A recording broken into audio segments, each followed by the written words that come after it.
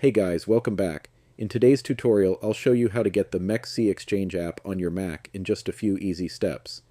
Start by opening Safari, either from your dock or using Spotlight Search by pressing Command plus space and typing Safari. Once Safari opens, go to MEXC.com, the official MEXC Exchange website.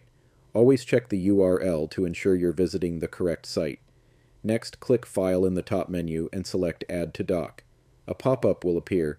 You can rename it if you'd like, but I'll leave it as MEXC Exchange.